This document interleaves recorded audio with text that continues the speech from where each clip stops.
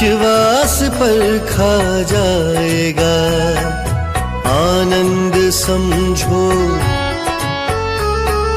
शैतान तुमको डराएगा, आनंद समझो।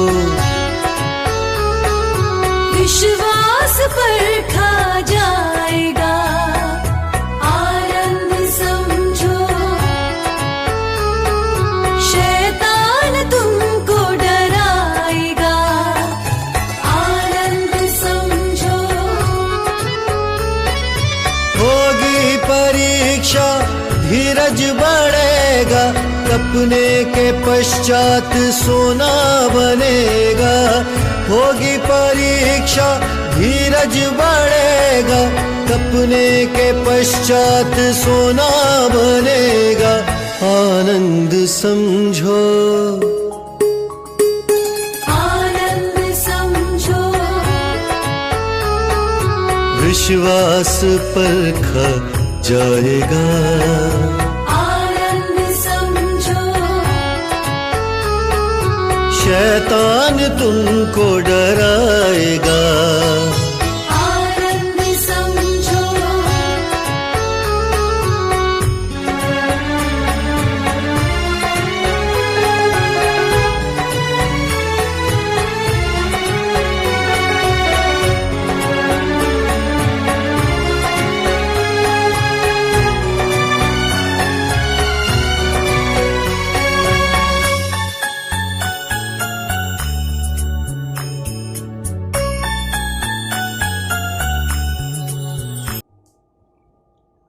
प्रभु यीशु मसीह के मधुर नाम में सबको जय मसीह की। प्रार्थना भवन Sanjay Nagar, house of prayer अमराडंडी Amlai, यहोवा इरे प्रार्थना भवन शहडोल की ओर से आप सबको हार्दिक अभिनंदन करते हैं। परमेश्वर को धन्यवाद देते हैं। परमेश्वर ने यह शुभ अवसर दिया कि यूट्यूब के माध्यम से परमेश्वर के वाणी को हम आप तक पहुंचा सकें। सचमुच में वचन में ही सामर्थ है, वचन में ही छुटकारा है, वचन में ही चंगाई है, वचन में ही शांति है, वचन में ही अनंत जीवन का मार्ग है और वचन में ही हमारे जीवन में खुशियां हैं। आप कभी भी अपनी क्षमता से अधिक परखे नहीं जा सकते। बाइबल में लिखा है, पहला कुरिन्थियों 10 अध्याय का 13 वचन में, बहुत ही महिमामय आयत है ये। पहला कुरिन्थी 10 अध्याय का 13 वचन बहुत ही महिमामय आयत है। उसमें हम सभी के लिए अत्यधिक राहत की बात है। आयत कहती है, तुम किसी ऐसी परीक्षा में नहीं पड़े जो मनुष्य के सहने से बाहर है, और परमेश्वर सच्चा है, वह तुम्हें सामर्थ से बाहर परीक्षा में ना पड़ने देगा, वरन परीक्षा के साथ निकास भी करेगा कि तुम सह सको। लोग कई बार कहते हैं कि वे असहनीय परीक्षाओं व दुखों से गुजर रहे हैं।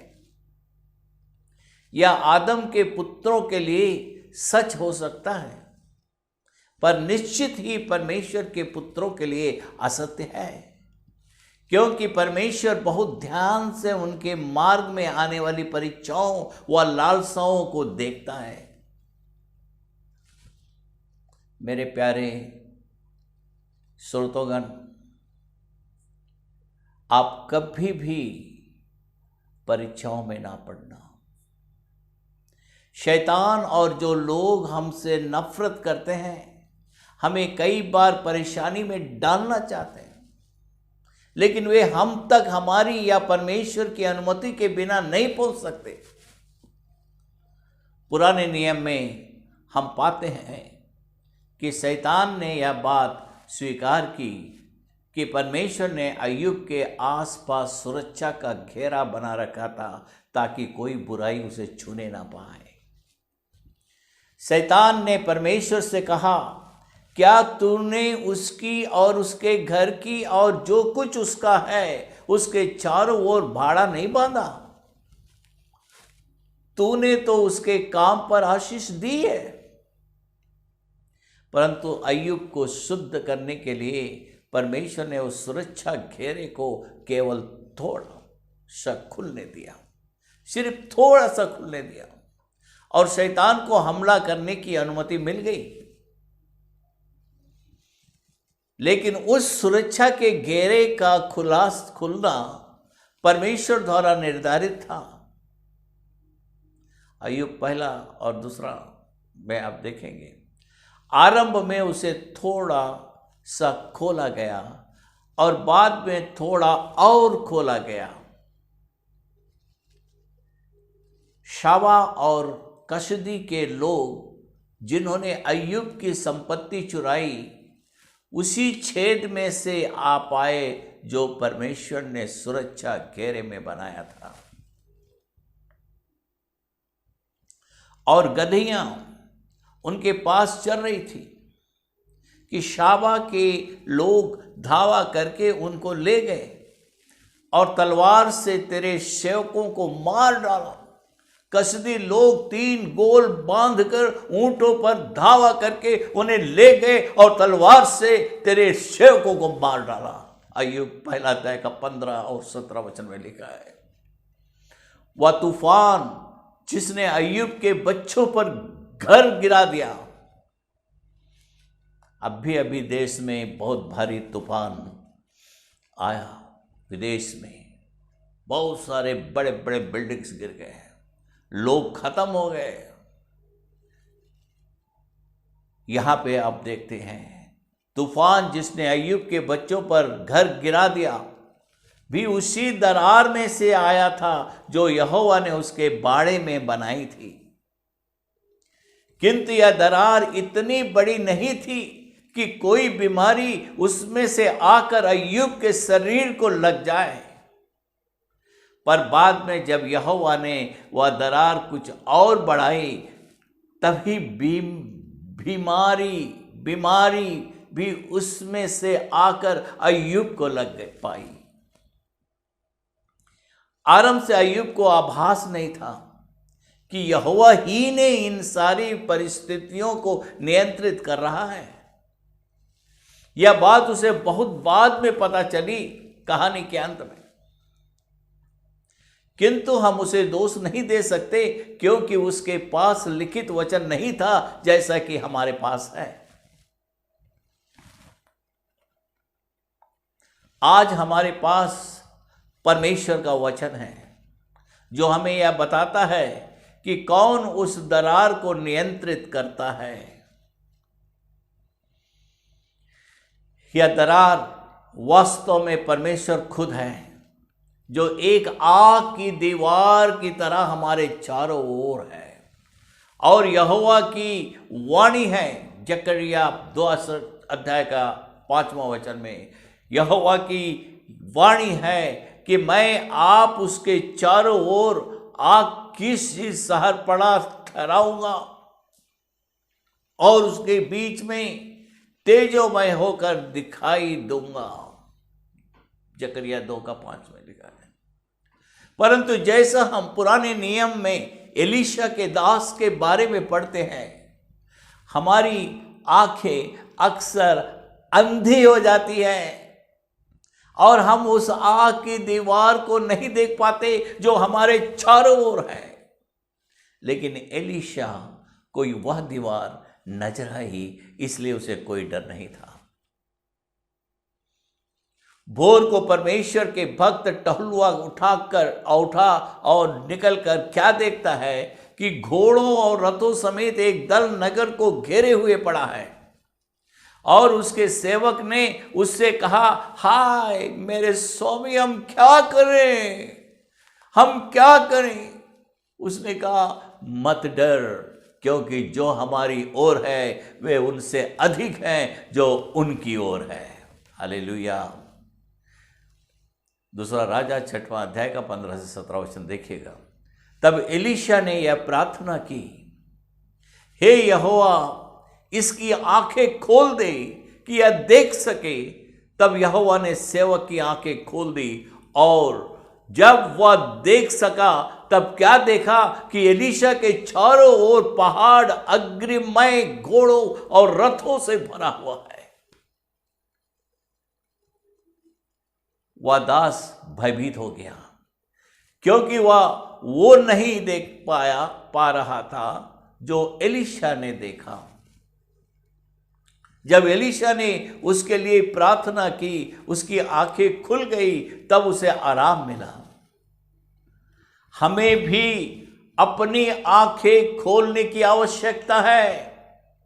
Open your eyes. आप अपनी आंखें खोलिए। हमें भी अपनी आंखें खोलने की आवश्यकता है। परमेश्वर को मालूम है कि कब दरार को बंद करना है। वह हमारी परिस्थितियों को बहुत ध्यानपूर्वक नियंत्रित करता है, और वह भी हमारी आत्मिक क्षमता व उस पर निर्भर होने की हमारी उत्सुकता के अनुसार, जब हम आत्मिक रूप से अपरिपक्व व कमजोर होते हैं, परमेश्वर हमें किसी भी कठिन परीक्षा से कभी नहीं गुजरने देगा। ना ही वह शैतान को बहुत अधिकता से हमला करने देगा। इसके साथ ही यदि परमेश्वर देखता है कि हम अपने जीवन में उसके उद्देश्य में रुचि नहीं ले रहे, तो वह हमें अपनी आसान जिंदगी में छोड़ देगा। अनंत काल में फिर यह हमारा नुकसान होगा। चूंकि अय्यूब परमेश्वर का चुना हुआ दास था, अय्यूब से परमेश्वर बहुत प्यार करता था, इसलिए परमेश्वर ने उसे इतनी कठिनाइयों से गुजरने दिया। परमेश्वर यह हर एक के जीवन में नहीं होने देता, क्योंकि बहुत कम लोग उस परिपक्वता तक पहुंच पाते हैं कि वे यह सब सहन कर पाए। बहुत कम लोग ऐसी आत्मिक परिपक्वता में रुचि लेते हैं। परमेश्वर ने यीशु को उस हर संभव परीक्षा से गुजारा जिसका हम कभी सामना नहीं कर सकते। वह इसी के द्वारा संपूर्ण बन पाया। इब्रानियों की पत्री 4 अध्याय का 15 वचन में देखिए, क्योंकि हमारा ऐसा महायाजक नहीं जो हमारी निर्बलताओं में हमारे साथ दुखी ना हो सके, वरन वह सब बातों में हमारी न्याय परखा तो गया तो भी निष्पाप निकला। इब्रानियों की पत्री 5 अध्याय का 7 से 9 वचन में भी हम देखेंगे, इस प्रकार लिखा है, उसने अपनी देह में रहने के दिनों में ऊंचे शब्द से पुकार कर और आंसू बहा कर उससे जो उसको मृत्यु में से बचा सकता था प्रार्थनाएं और विनती की, और शक्ति के कारण उसकी सुनी गई, और सिद्ध बनकर अपने सब आज्ञा मानने वालों के लिए सदा काल के उद्धार का कारण हो गया। इस तरह यीशु ने एक मनुष्य की तरह अपनी शिक्षा पूरी की और संपूर्ण बना। हमारा पास भी संपूर्ण होने के लिए और कोई मार्ग नहीं है। यह तत्व कि परमेश्वर कभी भी हमें अपनी क्षमता से अधिक नहीं परखेगा भी एक कारण है क्यों हम सदैव विजयी हो सकते हैं। अगर परमेश्वर ने हमें 1 कुरिन्थी 10 अध्याय का 13 वचन में हम क्या देखे हैं, या आश्वासन नहीं दिया होता तो हम में यह आत्मविश्वास कभी नहीं होता। परमेश्वर हमें यह आश्वासन देता है कि हमारे रास्ते में आने वाले हर प्रलोभन व परीक्षा पर हम विजय प्राप्त कर सकते हैं। किंतु फिर हम क्यों विफल होते हैं? Why we are losing everything? इसलिए क्योंकि हम उस बचाव के मार्ग को नहीं चुनते जो परमेश्वर हमें हर प्रलोभन व परीक्षा के वक्त बताता है। और यह बचाव का मार्ग कौन सा है? फिलिपियों की पत्री 2 अध्याय 8 वचन में देखिएगा, यह मार्ग है यीशु की तरह हम भी स्वयं को दीन करें और मनुष्य के रूप में प्रकट होकर अपने आप को दीन किया और यहाँ तक कि आज्ञाकारी रहा कि मृत्यु, हाँ क्रूस की मृत्यु भी सह ली। एक बार जरूर पढ़िए फिलिपियों की पत्री 2 अध्याय 8 वचन। परमेश्वर आपको वह सब कुछ उपलब्ध कराएगा जो उसके कार्य को पूरा करने के लिए आवश्यक है। यह भरपूर जीवन का वह सकरा रास्ता है जो कम लोग खोज पाते हैं। घमंड हमारे मन में इतना अधिक जड़ पकड़े हुए हैं कि कम ही लोग दीनता के महिमामय मार्ग को खोज पाते हैं। क्या स्वयं को दीन बनाना समझ ही पाते हैं? यह निश्चित ही रहस्यमय है, किंतु परमेश्वर इस रहस्य को उन सभी को बताएगा जो उदार दिल के हैं। हम यह सोच सकते हैं कि जीवन की कठिनाइयाँ हमारे जीवन को आसानीय बनाती है,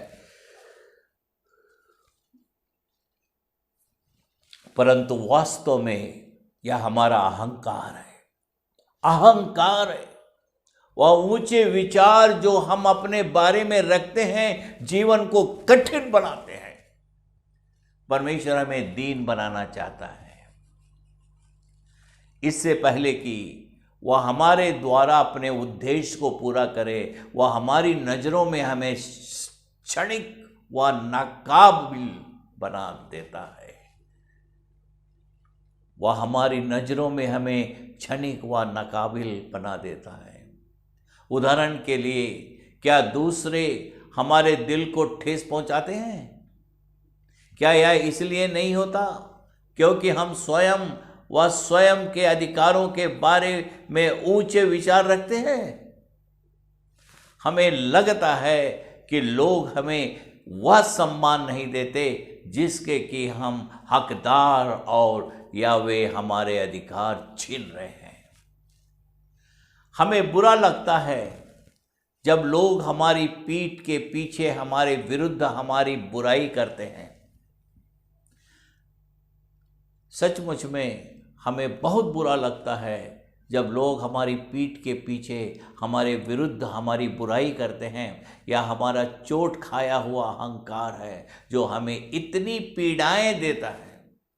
इस अहंकार के गुब्बारे को फोड़ डालिए, और जब आप पूर्णतः दीन हो जाएंगे तब पाएंगे कि कोई भी कठिनाई है ही नहीं। यही वह रहस्य है, और परमेश्वर करे कि आपकी आंखें इस रहस्य को देख पाए। जब हमारे आसपास के लोग हजारों बातों के विषय में शिकायतें कर रहे होंगे, तब हमारे पास कोई शिकायत नहीं रहेगी, क्योंकि हमने स्वयं को दीन करके बचाव का मार्ग चुन लिया है। परमेश्वर इन वचनों के द्वारा आप सबको आशीष दे, मैं प्रार्थना करता हूँ। प्यारे परमेश्वर, हम धन्यवाद देते हैं आज की सुंदर वचनों के लिए, और जितने लोग इस वचन को सुनते हैं, सुनकर ग्रहण करते हैं, सुनकर आज्ञाकारी होते हैं, सुनकर आपकी महिमा देते हैं, उनके जीवन को भरपूर आशीषों से भर दे। उनके बाल बच्चों पर, उनके कमाई पर, उनके घर पर, उनके रिश्तेदारों पर, उनके परिवार पर तेरी आशीष बहुत ऐसे बनी रहे। सारी महिमा यीशु हम आपको देते हैं। चर्च भवन, प्रार्थना भवन बन रही है खुदा, उसे पूरा करने के लिए तू सहायता कर। लोगों के दिल में डाल कि लोग खुद समझे कि अगर हम प्रभु का भवन बनाएंगे तो प्रभु हमारा घर बनाएगा, और आगे बढ़कर सहयोग करने वाले बने। और जो लोग बीमार हैं खुदा, उन्हें चंगाई दे। ये कोविड-19 पूरे धरती को हिला दिया परमेश्वर, लेकिन आपके लिए सब कुछ संभव है, क्योंकि धरती का सृष्टिकर्ता आप ही हैं। खुदा इस वायरस को इस धरती पर से हमेशा के लिए हटा दे। बच्चों की एजुकेशन में बहुत रुकावटें आ रही हैं, सहायता प्रदान कर कि ये रुकावटें दूर हो, बच्चे पढ़ लिख कर ऊँचा दर्जा पाए और अपने पाँव के बल खड़े होकर सबकी सहायता करें। सारी महिमा आदर प्रभु यीशु मसीह आपको देते हैं। प्रभु यीशु के पवित्र नाम से प्रार्थना करते हैं, आमीन। प्रभु की प्रार्थना एक साथ करेंगे सब मिलकर। हे हमारे पिता, तू जो स्वर्ग में है, तेरा नाम पवित्र माना जाए, तेरा राज्य आवे, तेरी इच्छा जैसे स्वर्ग में पूरी होती है वैसे इस पृथ्वी पर भी पूरी हो। हमारी दिन भर की रोटी आज हमें दे, और जैसे हम अपने अपराधियों को क्षमा किया है वैसा हमारे अपराधों को क्षमा कर, और हमें परीक्षाओं में ना डाल परंतु बुराइयों से बचा, क्योंकि राज, पराक्रम और महिमा सदा तेरे हैं, आमीन।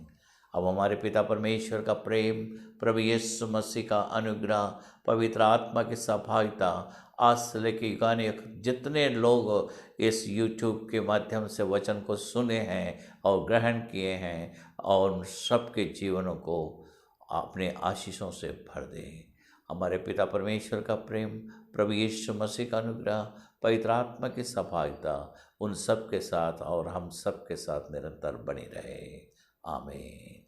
सबको जय मसीह की। परमेश्वर आप सबको आशीष दे।